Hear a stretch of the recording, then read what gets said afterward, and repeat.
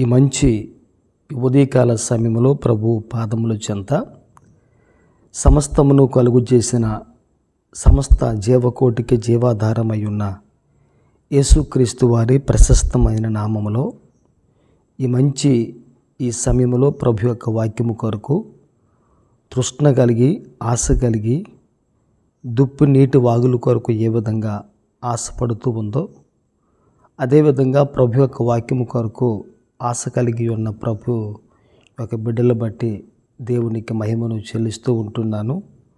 ప్రభునందు ప్రియమైన దేవుని బిడ్డలారా, ఈ ఉదయకాల సమయంలో దేవుడు తన వాక్యము ద్వారా మనతో మాట్లాడి మన జీవితంలో ఒక నూతనమైన దీవెన ఆశీర్వాదాన్ని, కృపను, కనికరాన్ని, క్షేమమును మన జీవితంలో దేవుడు ప్రసాదించే విధంగా మనం వాక్యాన్ని ధ్యానం చేసుకుంటూ ఉంటున్నాం.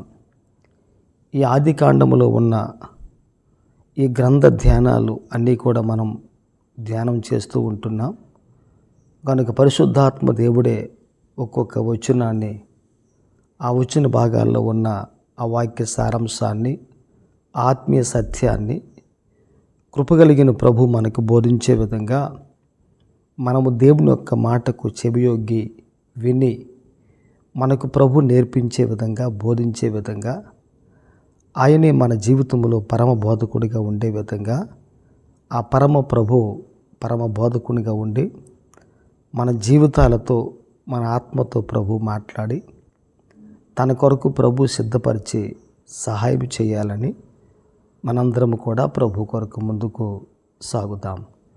గడిచిన దినం ఆదికాండం 1వ అధ్యాయం మొదటి వచ్చిన భాగాన్ని మనం ధ్యానం చేసుకున్నాం.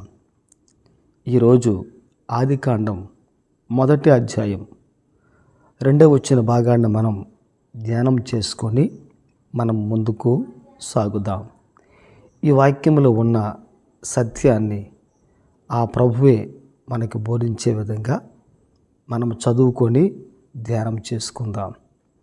భూమి నిరాకారముగాను శూన్యముగాను ఉండెను, చీకటి అగాధ జలములపైన కమ్మియుండెను, దేవుని ఆత్మ జలములపైన అల్లాడుచుండెను అనే మాటని ఇక్కడ బైబిల్ గ్రంథంలో ఈ వాక్యాన్ని మనం ఆ విధంగా చూడగలుగుతూ ఉంటున్నాం. ప్రియమైన దైవజనాంగమా, ఒక్కసారి మనము జ్ఞాపకం చేసుకోవాలి. భూమి నిరాకారముగాను శూన్యముగాను ఉండెను అని లేఖన భాగంలో ఈ మాట మనం ఆ విధంగా చూడగలుగుతూ ఉంటున్నాం. చీకటి అగాధ జలములపైన కమ్మి ఉండెను, దేవుని ఆత్మ జలములపైన అల్లాడుచుండెను అని బైబిల్ గ్రంథ లేఖన భాగాల్లో ఈ సత్యం అంతా కూడా మనకు కనిపిస్తూ ఉంది. ఈ వాక్యాన్ని మనం చూడగలిగినప్పుడు శూన్యంగా అని అంటే రూపము లేకుండా అని ఆ మాటకు అర్థం. మనము కొన్ని వాక్య భాగాలు చూడగలిగితే కీర్తన గ్రంథం 104వ అధ్యాయం 30వ వచనం, యెషయా గ్రంథం 45వ అధ్యాయం 18వ వచన భాగం, ఇర్మీయా గ్రంథం 4వ అధ్యాయం 23వ వచన భాగం. ఈ వాక్యాలు మనము చూడగలిగితే ఇర్మీయా 4:23లో వాక్యం ఈ విధంగా సెలవిస్తూ ఉంది. నేను భూమిని చూడగా అది నిరాకారముగాను శూన్యముగాను ఉండెను, ఆకాశము తట్టు చూడగా అచ్చట వెలుగు లేకపోయెను అనే ఆ మాట మనం గ్రంథంలో చూడగలుగుతూ ఉంటున్నాం. అంటే ఆరంభంలో భూమి మానవ నివాసానికి, మనుషుని నివాసానికి యోగ్యంగా లేదని దీని యొక్క పరమార్థం లేక భావం అని మనము అర్థం చేసుకోవాలి కూడా. అదేవిధంగా ఆ యొక్క నివాసం, ఆ విధంగా దానిని దేవుడు నివాసయోగ్యంగా చేయటానికి దేవుడు ఏం చేశాడు అని మనం చూడగలిగితే దేవుని ఆత్మ అక్కడ ఉండి దేవుని ఆత్మ ఉన్న స్థలములో తన పని తన కార్యాన్ని దేవుని ఆత్మ నెరవేర్చింది అని బైబిల్ గ్రంథంలో ఈ మాట మనం ఆ విధంగా చూడగలుగుతూ ఉంటున్నాం. దేవుని ఆత్మ జలముల పైన అల్లాడుచూ ఉంటున్నప్పుడు నిరాకారముగా ఉన్న భూమిని, శూన్యముగా ఉన్న ఆ సమస్తాన్ని, చీకటిగా ఉన్న అగాధాన్ని దేవుని ఆత్మ ఏం చేసింది అని మనం చూడగలిగితే ఒక మంచి ఆకారాన్ని, సమస్తము కలిగే విధంగా చీకటి తొలగింపబడి దేవుని ఆత్మ ద్వారా వెలుగు వచ్చే విధంగా ఆ స్థలములో దేవుని ఆత్మ అటువంటి బలమైన పని చేసింది అని ఇక్కడ మన వాక్యంలో చూడగలుగుతూ ఉంటున్నాం.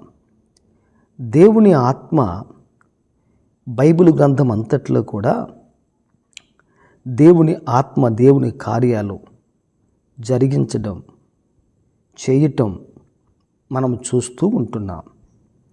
ఆదికాండం 6వ అధ్యాయం 3వ వచన భాగం, ఆదికాండం 41:38, సంఖ్యాకాండం 24:2, మొదటి సమూయేలు గ్రంథం 16వ అధ్యాయం 23వ వచన భాగం. అదేవిధంగా మత్తయి సువార్త 1:18, 3:16లో మన వాక్యాన్ని చూడగలిగితే దేవుని ఆత్మ ఏ ఏ సందర్భాల్లో ప్రత్యక్షమై దేవుడు తన పని తాను జరిగిస్తూ వచ్చారో, దేవుని ఆత్మ చేయగలిగిన కార్యాలు ఏమై ఏ విధంగా ఉన్నాయో అవన్నీ మనం బైబిల్ గ్రంథంలో చూస్తూ ఉంటున్నాం.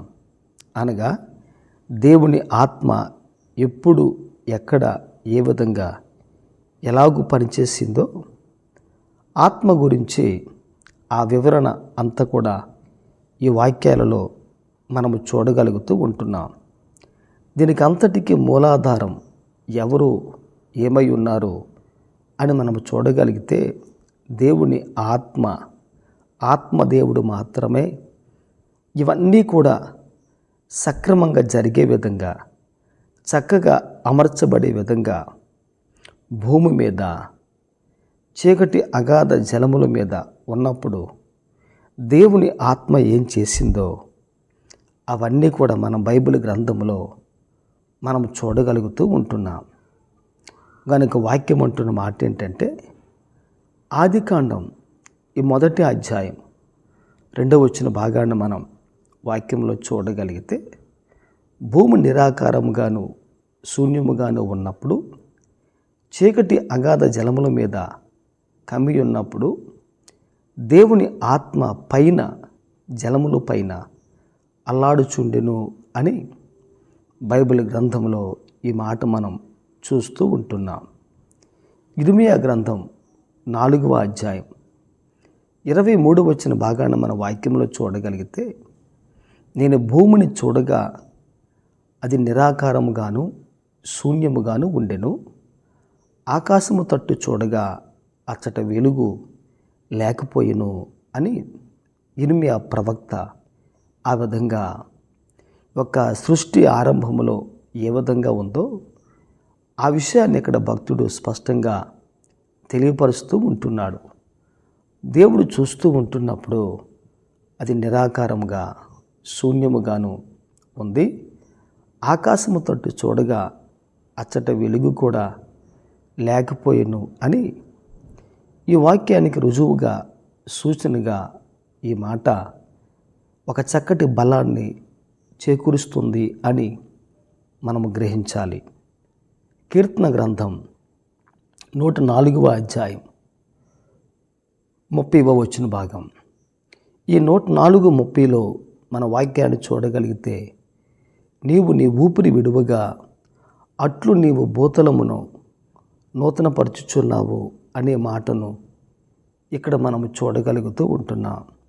అనగా అర్థం ఏంటంటే, దేవుడు తన ఊపిరి విడువగా అవన్నీ కూడా కలుగు చేయబడ్డాయి, కలుగు చేయబడ్డాయి అని మన వాక్యములో చూడగలుగుతూ ఉంటున్నాం. అట్లు నీవు భూతలమును నూతనపరచుచున్నావు అని ప్రభువు ఆ విధంగా వాక్యములో మనతో మాట్లాడుతూ ఉంటున్నాడు. ఆయన దేవుడు ఊపిరి విడవగా అవన్నీ కూడా నూతనంగా అవి సృష్టించబడ్డాయి.